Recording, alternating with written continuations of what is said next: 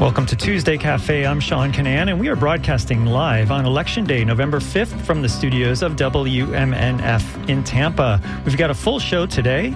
We're going to talk about labor issues. We're also going to hear the latest about the case of Leonard Peltier. But first, we're going to get updates on the election from the Hillsborough County Supervisor of Elections. So I hope you stay tuned for our really busy show today. And you can participate during the show. You can email us at dj@wmnf.org. You can also text at 813-433-0885. Remember, if you email or text, please tell us your name, your first name, and where you're texting or writing from. You can also give us a call at 813-239-9663. So if you want to talk about any of these questions with my experts today, any of these topics, give us a call. And you can get in the line right now. We're not going to take calls necessarily right at the very beginning of the show, but we'll let you get in the line, and you'll be the first person on if you're still holding on when we take calls. I want to know about how your voting experience went. A lot of people participated this morning during Marcy's show and told us about their voting experience. But if you want to let your neighbors and friends know how everything went, you could give us a call at 813-239-9663. And you can also text 813-433-0885, email dj@wmnf.org. And again, it's really helpful when you tell me a first name, and especially like where you're texting from, if you're telling us about your voting experience especially. So far, about 8.2 million Floridians had cast ballots by mail or at early voting sites as of yesterday morning. Data posted on the State Division of Elections website showed that 5.3 million votes had been cast at early voting sites, while 2.8 million had been cast by mail.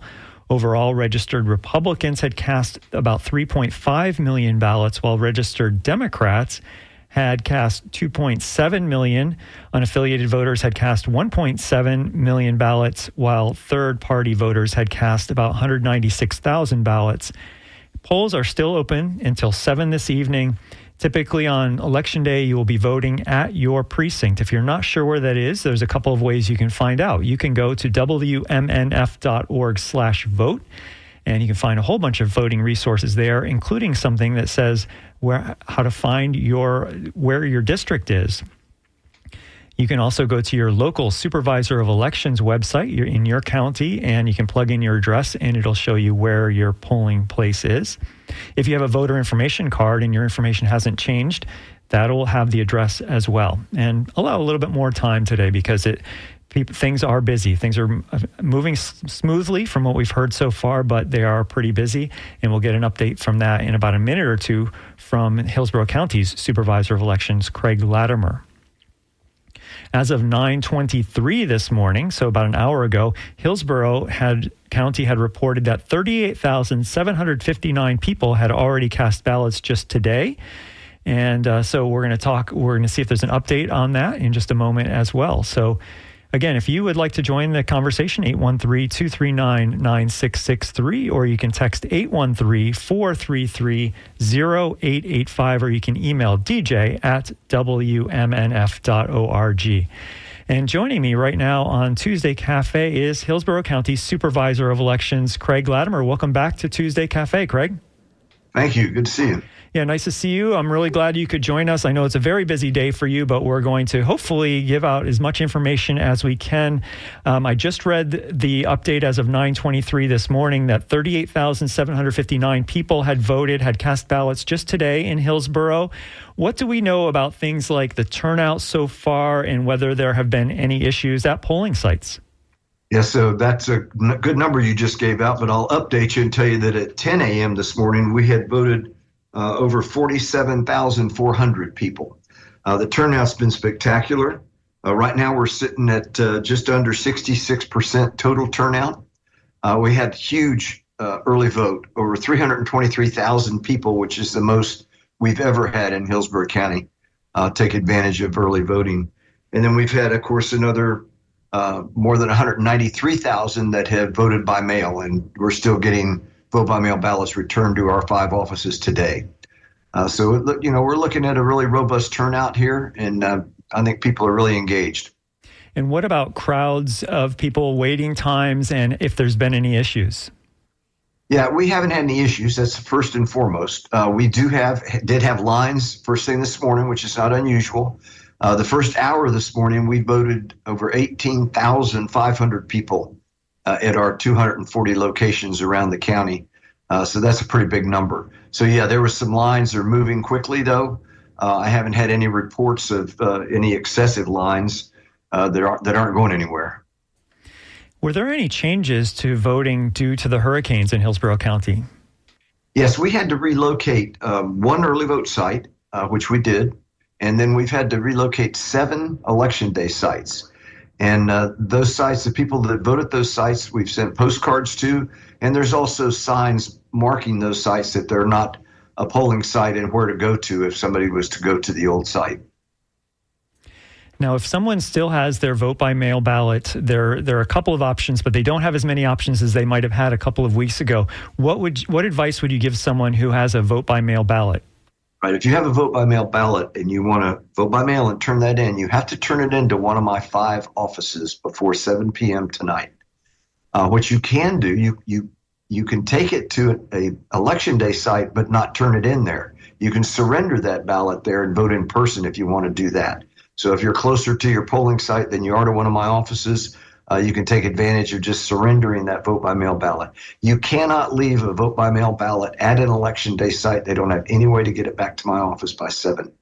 And I just want to clarify that you can't leave it there as a vote, but you can surrender it as is the word, or even spoil it is another word that I've heard elections people use. You can turn it over to the worker, and they'll give you a brand new ballot on which to vote in person today.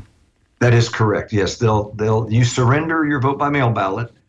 Even if you've already voted it, they're going to make it spoiled so it can't go through the machine, and request a ballot right then, and they'll give you a ballot, issue you a ballot, and you can vote and put it in the machine yourself. If you're not sure where to vote today, what's the best way to find out? 2 ways. You can go to our website, votehillsborough.gov, look yourself up. It should tell you where your polling site is. If you don't have access to the internet or you're having any trouble with it, call our office at 813-744-5900. And you have to vote at your polling location today unless you go to the Supervisor of Elections office. No, you have to vote in your polling station today. You have to vote on the polling site that's attached to your precinct. My offices are not polling sites on election day. Sorry, I misspoke there. And what about, is there still a way for people to see a test ballot, a mock ballot, so they can prepare ahead of time and know who they're going to vote for and what types of issues they're going to vote for? Right, and that's be a sample ballot. We've mailed sample ballots out to people that didn't get a vote-by-mail ballot, but you can go on my website, votehillsborough.gov, again, and you can pull up your specific sample ballot. What are the rules for waiting in line in Election Day? And I'm maybe thinking about if someone is going to show up close to 7 tonight, or what about things like interactions with people who aren't voting, either reporters or canvassers or something while you're in line? All right, let's back up a minute and say that first off, if you're in line at 7 p.m., you're going to be able to vote. At 7 p.m., a poll worker will come and stand at the end of that line at that point, and everybody in front of that poll worker is going to be able to vote.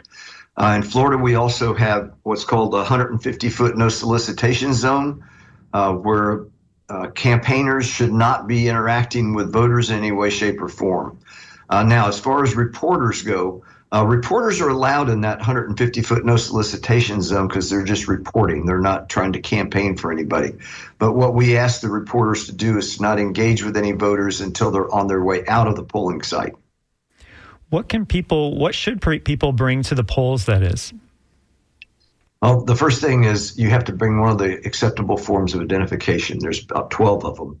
Again, you can go to my website, look those up. The easiest one is a driver's license or a Florida ID card. There's also a passport, government-issued identification, things like that. But more importantly, if you get to the polling site and you realize you don't have your identification with you, request to vote a provisional ballot. What you do is you vote a regular ballot and it goes into a provisional envelope, and you have to sign that envelope and fill out information on it. When we get that back to our office, we're going to compare the signature on that envelope to the signature we have on file for that voter. And if that matches, they don't have to do anything else. If it doesn't match, we're going to try and reach out to them, and they've got till 2 days after the election to remedy that. What if you are given a provisional ballot because they couldn't find you on the rolls, and it's simply because you were in the wrong precinct? What happens then? Yeah, so if you are in the wrong precinct, if we find you, number one, and tell you you're not in the right precinct, you need to go to your correct precinct, and a voter chooses not to do that and insists on voting a provisional ballot, they can do that. And I can tell you right now, it's going to get rejected by the canvassing board because the law is very specific that you have to vote in the polling site attached to your precinct on election day. Now, we do get situations where they can't find somebody in our voter files. And oftentimes it's because they have a hyphenated name, or maybe they've changed their name and didn't update it with our office. And they will be given an opportunity, and the voter should ask to vote a provisional ballot.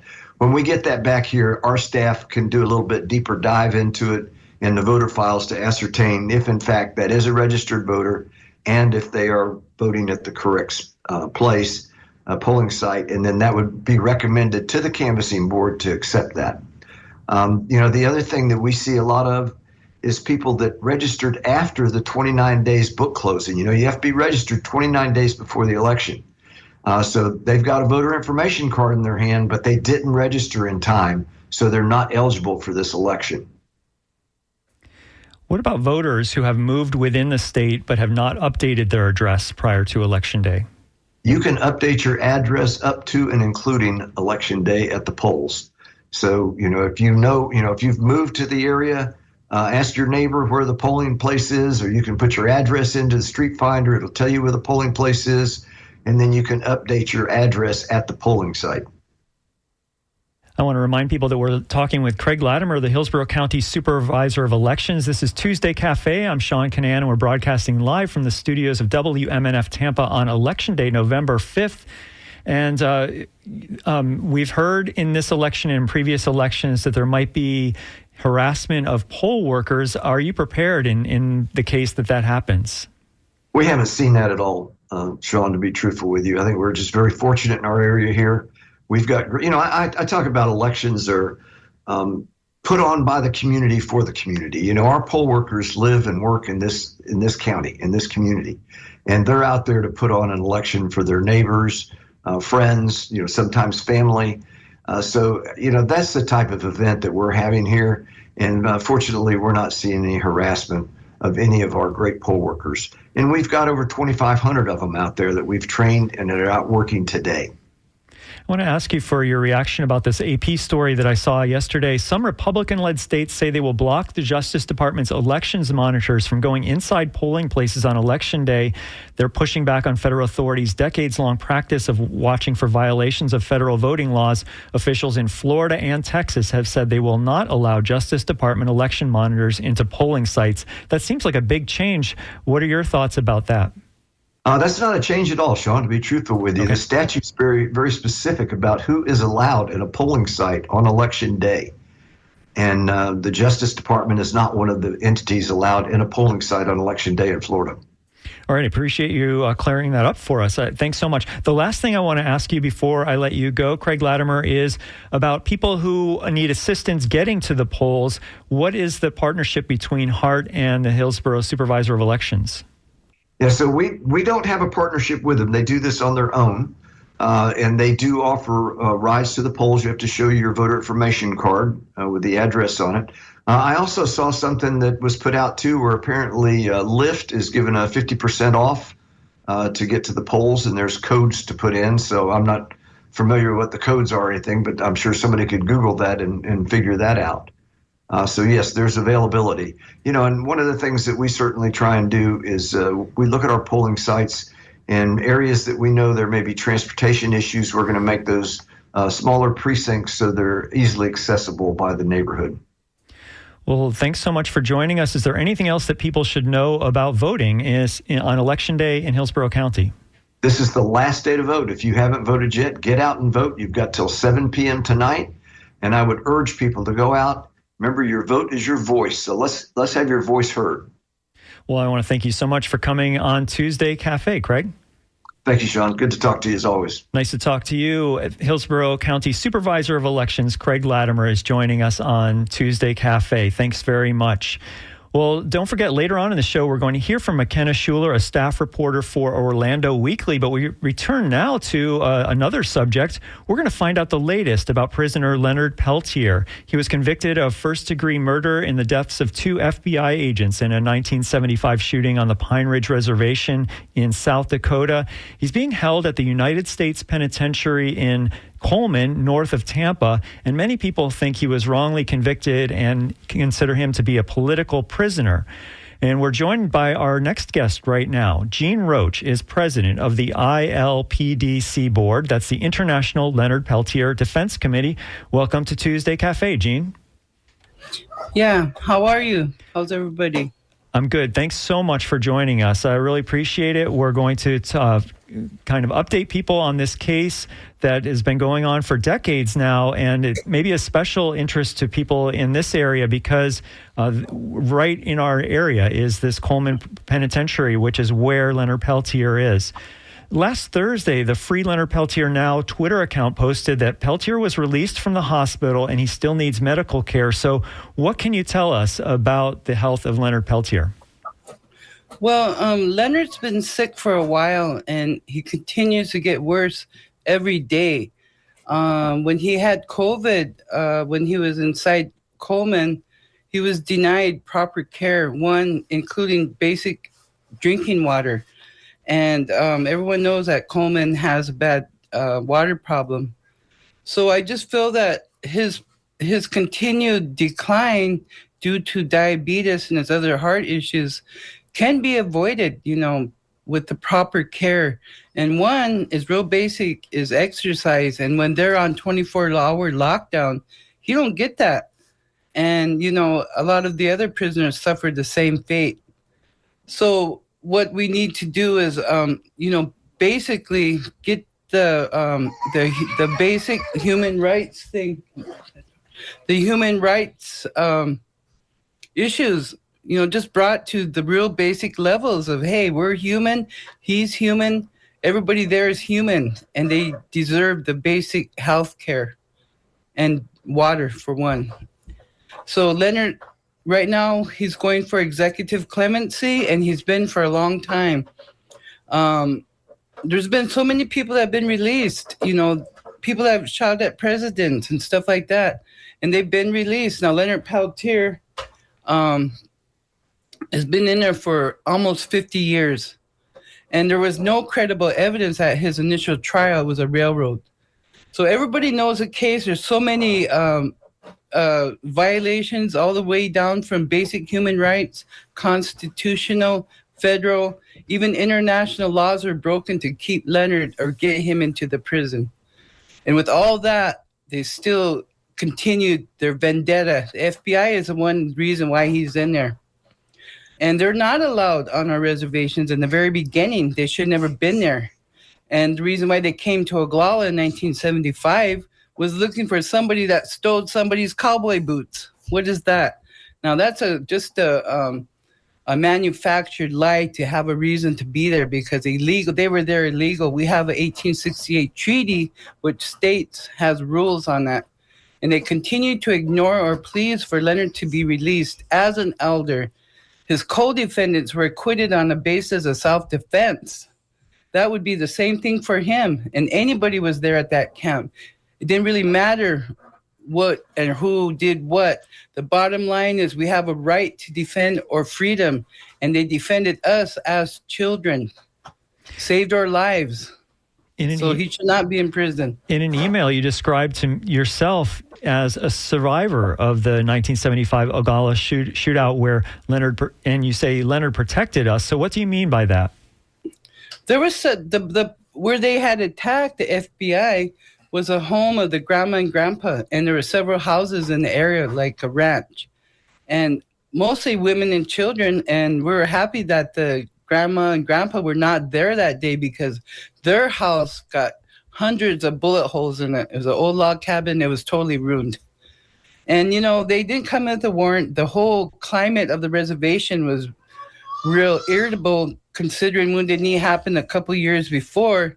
So there was a price tag on American Indian Movement leaders. Anybody that participated or even were friends with AIM people were targets by then it was the corrupt government run by the BIA, which we have a tribal president named Wilson who made targets of everybody. And Leonard was one of the targets as a leader, the reason why a lot of this has happened to him.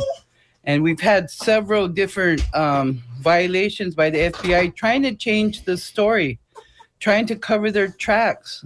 And we have documents on several issues that they try to twist and make it look like Leonard's the bad person, which in fact he's not. He's a human person, But of course, the stereotypes that we face are daily as Native people. And so you are asking people to contact the U.S. Senate Judiciary Committee, and you want to see the BOP gives Peltier an emergency medical transfer to FMC Rochester. So what is FMC Rochester? Why there? And what's the BOP and what role do they have in the next steps? Well, for one, Rochester is a medical unit with skilled physicians. With the injury that had happened to him when he was in the hospital is typical of a diabetic patient. They start needing, they don't get the right exercise or the right food. And, so much carbs and stuff like that and bad water, So by transferring him out to a better facility will enable him to have better care or care at all. The way the facilities run, they don't give you the right care.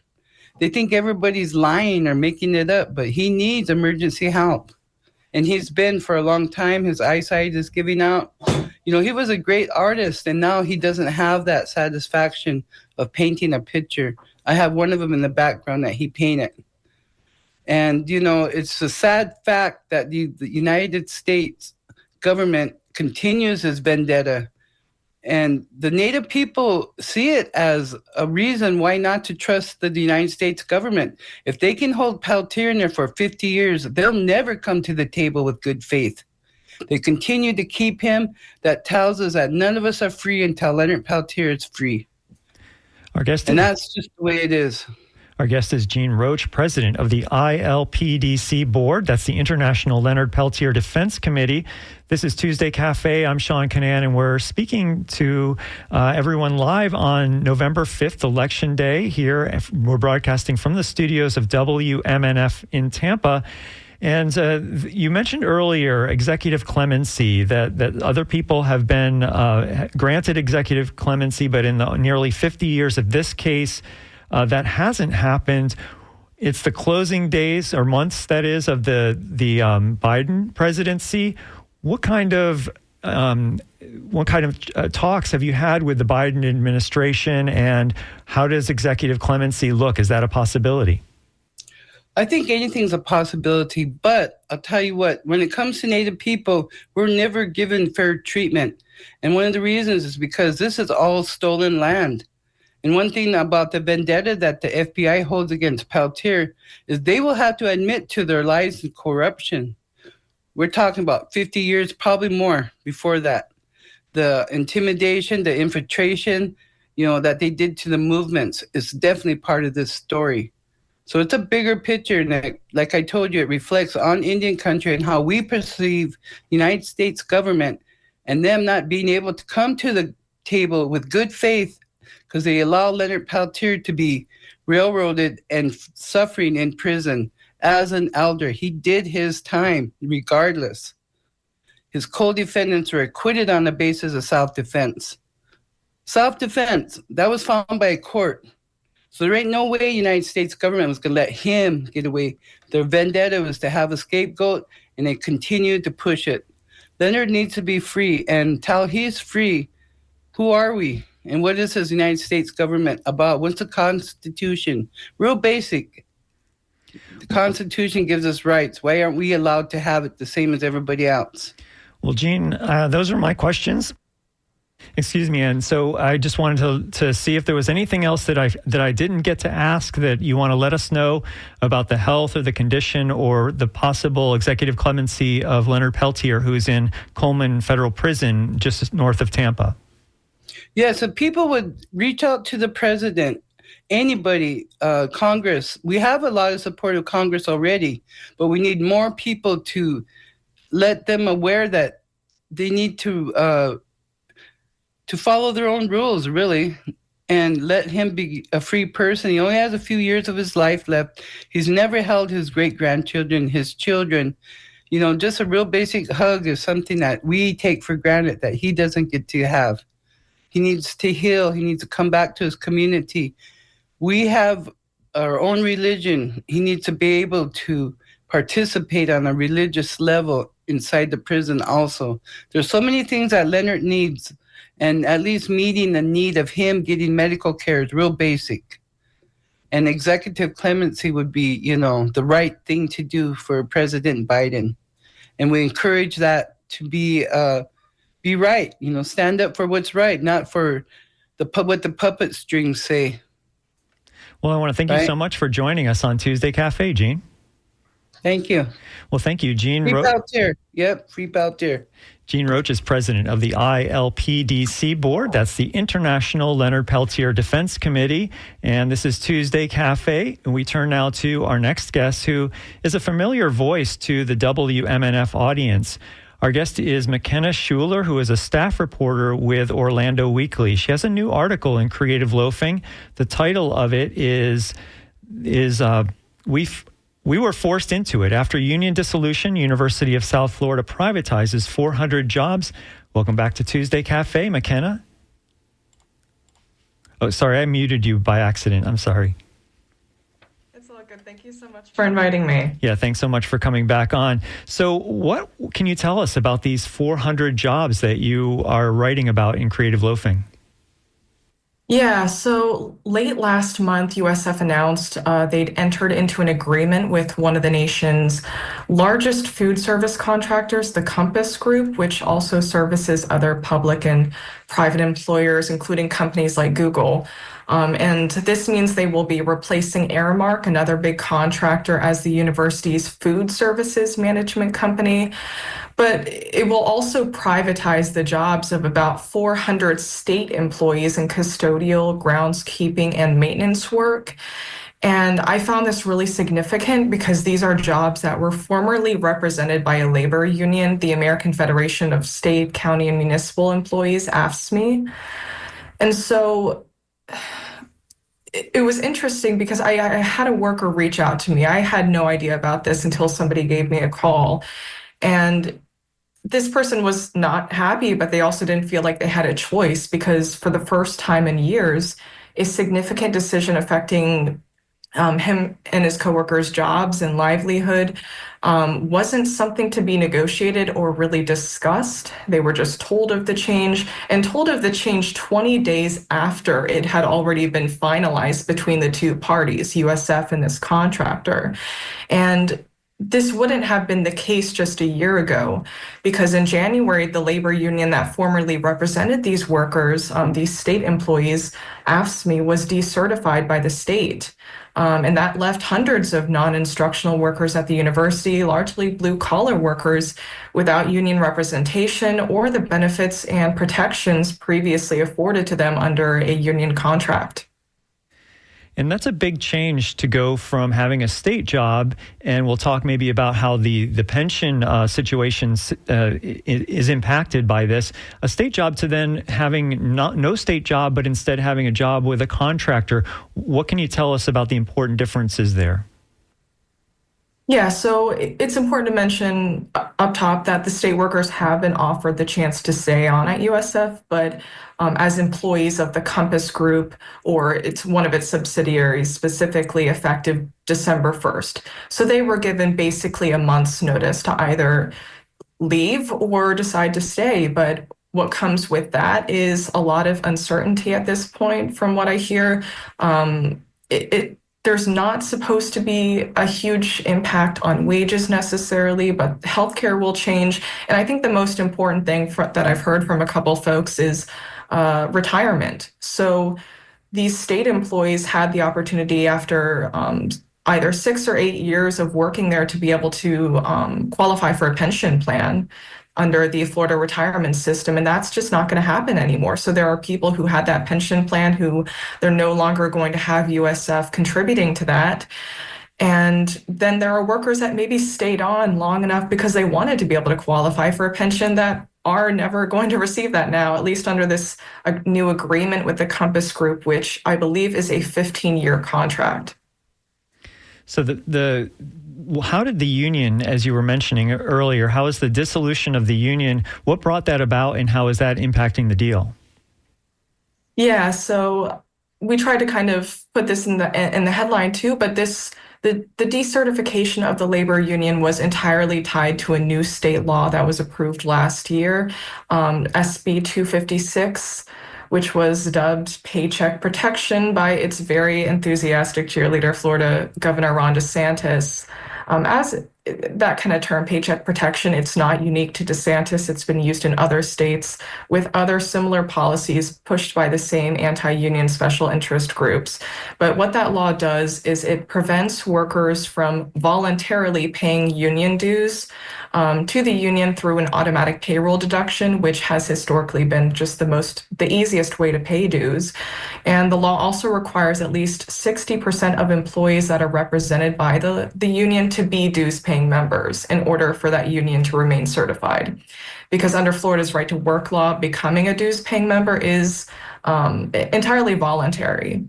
But now with the paycheck deduction ban and other barriers that the law has put into place, it's been a lot harder for unions to grow their membership. And that union wasn't the only one to be decertified at USF. It was also the union that represented adjunct faculty. Yeah, so as a result of the law so far, more than 68,000 formerly unionized public employees in Florida have since lost their union representation and, again, by extension, their union contracts. And that includes all adjunct faculty unions that were certified in the state. So I think that was about 8 adjunct faculty unions across the state have all been dissolved. And a lot of other university employees too, mostly blue collar. So the target of the law was widely perceived as the state's teachers unions, but so far not a single teachers union has been decertified. It's mostly been a lot of blue collar or white collar workers for city and county governments, or for some police departments, some civilian employees like 911 dispatchers, because the law did carve out, make exemptions for police, firefighter, and correctional officer unions, but that doesn't include civilian employees in police departments that also are really important in terms of public safety. Our guest is McKenna Schueler, a staff reporter with Orlando Weekly. She has an article in Creative Loafing Tampa. It's called "We Were Forced Into It. After Union Dissolution, University of South Florida Privatizes 400 Jobs." We're speaking to her about that. And in a bit, we're going to turn to some election news, maybe out of Orlando. We'll learn more about what's happening in the Orlando area. We don't always get to hear that here in the Tampa Bay area. But before we move on to Election Day news, McKenna, what else should we know about your article about the USF workers or any kind of labor issues? Yeah, so USF has pretty strongly messaged that they're trying to make this transition as easy as possible, at least in their official messaging for workers. And it does appear that they went to the table with the Compass Group, the new contractor, to kind of figure out a way to make that transition easy for employees. At the same time, the workers themselves were not invited to that table and they were told only after the fact. But USF does estimate that the transition from the state jobs to the privatized jobs and whatever comes along with that, because the details are still murky at this point, that transition will be worth nearly $320 million in cost savings. $320 million, I should say, in cost savings and additional revenue for USF over the life of the 15-year contract, which includes specifically $25 million in cost savings for the contractor's, quote, enhanced facility operations. But it's unclear exactly where those cost savings will come, perhaps as it pertains specifically to these jobs that have been privatized. So there's a lot of concerns still about job security, and maybe pay and benefits will generally stay similar to what they have been for a while, but how long and what comes after that? Will there be job cuts or other cuts to pay? The Compass Group does have subsidiaries, including one specifically called Chartwells, which just reached a tentative agreement with Duval County Public Schools because they have food service workers there, jobs that were also privatized. But one of the concerns that workers there brought up was really low pay, and they reached a deal, but it still is, not the kind of job that you might necessarily be able to have if you're a public sector employee versus a private employee working for a pretty low wage contractor. Well, let's move on to what we know about Election Day in the Orlando area. What are you hearing in Central Florida about Amendment 4, people turning out to vote either way on that? What kind of mood is there? Yeah, so I think my area specifically, I think there is a lot of support for Amendment 4. I mean, even just driving around, I'll see the odd vote no on 4 sign, but there's been a lot of energy, specifically like around the USF or the UCF campus. And we also have State Rep Anna Escamani, who I know has been a repeat guest on your show. And she's been one of the most passionate politicians in the state, I would say, about Amendment 4, really working hard with other Floridians Protecting Freedom, Yes on 4 campaign partners to get out the vote on Amendment 4. So I think there's a lot of energy around it over here in Orlando, but it's unclear to me kind of across the state what that's going to look like. I have the same question for you about Amendment 3, the proposal that would allow the recreational use of cannabis products in Florida. How is that looking in Orlando, where you're reporting from? Yeah, so I will say, I mean, we do have the state's so-called pot daddy, John Morgan, here, and he's been very instrumental with the Yes on 3 campaign in terms of getting out the vote and kind of, trying to debunk some of the claims coming from the opposition about Amendment 3. I haven't seen as much kind of grassroots energy as far as canvassing and stuff for Amendment 3 over here, but I do think there's a lot that's been done by the campaign to try and bring in different stakeholders across party lines to kind of explain the potential benefits that could come with legalizing recreational marijuana for adults 21 and over. A really closely watched race is Senator Rick Scott is being challenged by Democrat Debbie Mukersel-Powell. It's kind of a little bit under the radar when you think about the presidential race and then these amendments, but it's if it's close, if it's worth watching, it could really impact the U.S. Senate overall. What are you hearing about that race?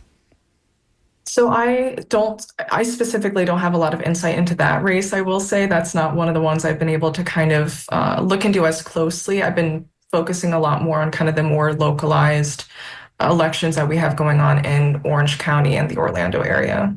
Yeah, and that's definitely the next track I wanted to take. One of the big ones is the former state prosecutor, the state attorney there in Osceola and Orange counties, Monique Worrell, was fired by Governor Ron DeSantis and replaced, similarly to what happened here in Hillsborough. So what can you tell us about Monique Worrell and her opponent in that race? Yeah, so I was about to say we kind of have that sort of matching thing going on over in your area and my area, but in a very high stakes bid to return to elected office, former state attorney Monique Worrell faces off against current state attorney Andrew Bain, who is a DeSantis appointee that the governor placed in office after suspending Worrell last August over allegations of basically neglect of duty and not being tough enough on crime.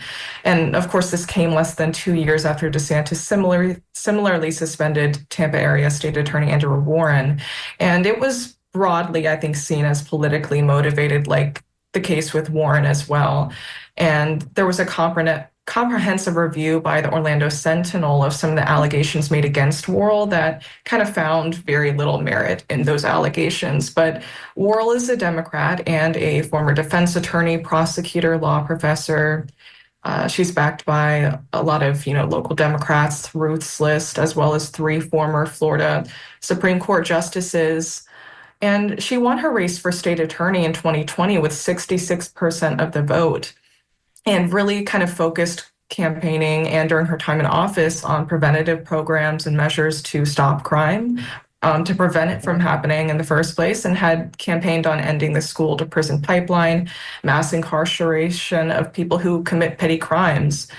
And Andrew Bain is the DeSantis appointee. He officially is running as not party affiliated, but he's also been backed by the Republican Party.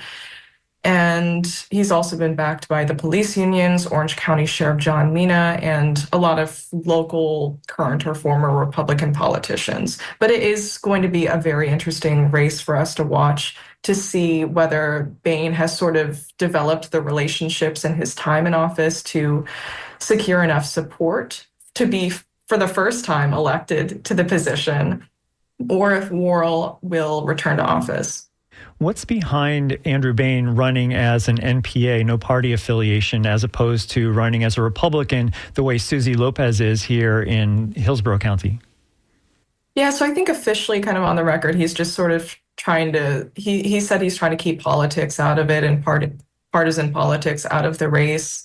There's been some sort of controversy over whether that was an intentional kind of move, because there was a Republican who was running in the primary, but then kind of, I believe, dropped out ahead of the primary. So there's some different sort of factors going on behind the scenes that I don't have as much insight into, but I think Bain is hoping to be able to kind of reach people across lines and kind of keep partisan politics out of it. And in the conversations that we had before this show, you were telling me that one of the races to watch in that area for state house was this Gen Z progressive who's running for a Florida House seat. What can you tell us about Nate Douglas? Yeah, so Nate Douglas is a 23-year-old policy researcher and climate justice activist. Concerned about the climate crisis. He joined the Sunrise Movement when he was just 17 years old and ran a successful campaign for the elected position of a Soil and Water Conservation District board member in Orange County in 2020 when he was just 19 years old. And he didn't plan on seeking higher office, but he told me he felt motivated to run after Florida's red wave during the 2022 midterm election cycle and the fall of Roe v. Wade. He told me specifically he was studying abroad for a while, and then he came back to Florida, and the first call he got in the airport was from his sister, who told him that Roe v. Wade had been overturned, and that was kind of significant for him. And so I think climate justice activism is really, important to him personally, but he's also running on a platform that includes addressing issues such as skyrocketing property insurance rates, unaffordable rents for the younger residents of his district, because it is a very young district. I think the median age is like 29, and that's because it includes UCF. But it was also a district that, following redistricting, it became redder. So it is currently represented by Republican Susan Placencia, and she was elected to office. She took the seat that was formerly represented by Democrat Carlos Guillermo Smith, who is now going to be returning to the state Senate, or he's going to be entering the state Senate, I should say. But Douglas has kind of made the argument that the reason that Placencia even won in 2022 was mostly because of a Republican advantage in terms of voter turnout. So I think he's really been focusing on trying to turn out the vote, especially among younger people in the UCF area. And how does that look? How does a Gen Z progressive who's running for a Florida state house seat represented by a Republican, are people motivated by his age, or is it, I'm not sure what the other options are, but it's kind of unique in Florida necessarily to have somebody that young running. It's quite often people who have been in politics for a while that run for seats like this. But what's the energy been like there? Yeah, so I asked him pretty candidly if he was worried about his age or that kind of factoring into people's decisions. And he says so far, at the doors and stuff, it's not really an issue because of what matters more to people is his platform and what he hopes to address in office. And he told me specifically, I asked him, how realistically, what do you think you can actually accomplish as a Democrat in a GOP-controlled state legislature right now? And he said he specifically wants to kind of focus on hopefully addressing property insurance concerns, skyrocketing rates, and transit. So trying to bring in more state dollars for public transit in the Orange County area. Since you mentioned transit, I don't know if you're prepared for a question like this, but the Bright Line train had recently came to Orlando. There's talks about it extending to the Tampa area. What are the people that you talk to? How do they feel about having this train that links to South Florida? I think people are pretty excited. I've seen a lot of excitement around it, but I haven't looked into it too much myself. But I think people are excited by probably the ability to have more transit options, specifically also if they can be, pretty accessible and affordable. Well, our guest is McKenna Schueler, a staff reporter with Orlando Weekly. This is Tuesday Cafe. I'm Sean Canan, and you're listening on Tuesday on WMNF Tampa is where we're broadcasting. And we have about 7 or 8 minutes left. And earlier in the show, McKenna and I had asked people to write in about their elections experience. So I can encourage people to call in and ask the question if you have any questions of McKenna, or if you just want to tell us how your voting went. The number is 813-239-9663. You can text us at 813-433-0885, or you can email dj@wmnf.org. I'm going to read a couple of them now. I could let you go, McKenna, if you're super busy right now, or if you'd like to hang on and see if anybody, if you want to participate in answering any of these questions that people have. That's completely up to you. I can hang out for a few more minutes, then I have to get on some work, but yeah. Yeah, all right. Sounds great. Well, thanks so much. So Karen wrote in from Dunedin, and she says, I received my ballot in the mail, and then I drop it off. And she said that about 70 people were in line to early vote. Karen in Dunedin concludes her email with Go Blue. So thanks for that email out there, Karen. Also, this is from Mary, and she says she went to the Pinellas County Courthouse yesterday to vote. All the political signs were across the street as usual, except she said that that DeSantis had signs to stop Amendment 4 on the courthouse grounds, and she's wondering how he got away with that, including using our tax money to run ads to fight this amendment while threatening others who choose to do the same. And this is Mary from Memphis, and she says that she is mistakenly seeking political asylum in DeSantis's Florida. She uses some slanderous, some mean words there, which I don't necessarily need to use, but you get the idea of where Mary's coming from. That brings me to McKenna to a question about this fight against Amendment 4 and even Amendment 3 by the government of Florida. We saw all sorts of departments in Florida that were putting ads out against these amendments, and DeSantis on his pulpit would say almost every day, would have a press conference encouraging people to vote against this. In your newsroom, has there been any discussion about the state actually getting involved in the election here? Yeah, so I've sort of incorporated some of that into my reporting on this issue and Amendment 4.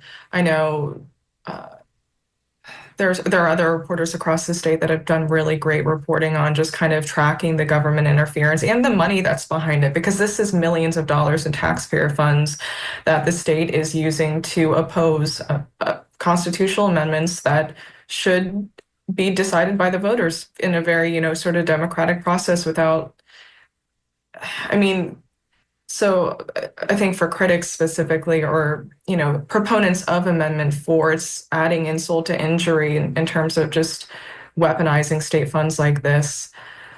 But yeah, it's going to be interesting to see what sort of effect that does have. I know I've been seeing polling that shows less support for Amendment 4 over the past few months, and I do wonder if that's part of the state's interference, as well as different groups that have sort of jumped in to oppose Amendment 4.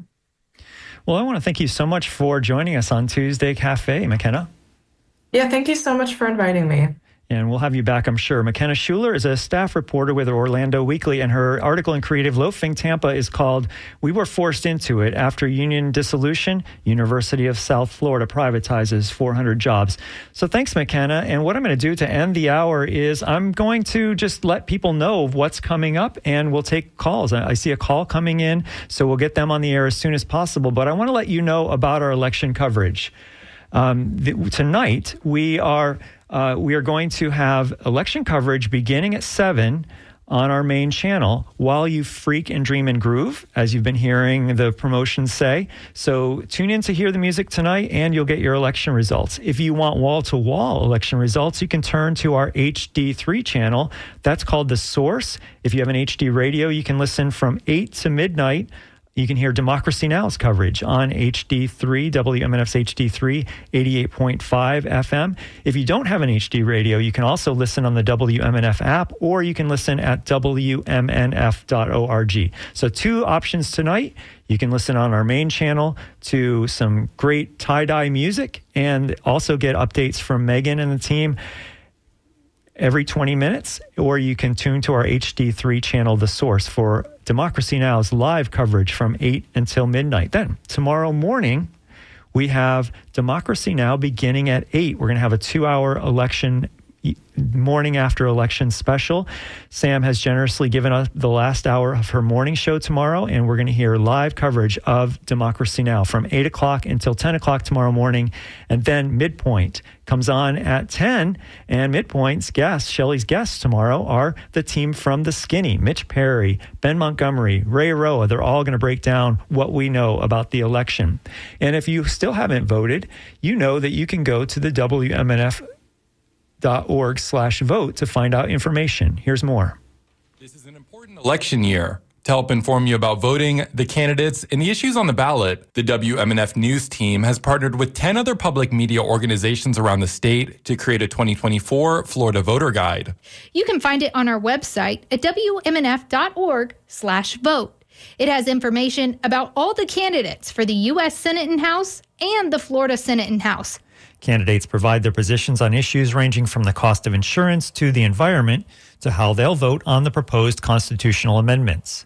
You will also find a tool to help locate the district you vote in, as well as how to register to vote and how to find your polling location. Tell a friend about WMNF.org/vote. It has information about candidates and issues in the 2024 elections in Florida. And here's more from Chris Young, WMNF's Chris Young, about the amendments. Amendment 1 would make school board elections partisan. If passed, members can share their party affiliation when running for a seat. Amendment 2 would protect the right to hunt and fish in the Florida Constitution. The most controversial amendments, however, are 3 and 4. 3 would allow recreational marijuana use for those 21 and older.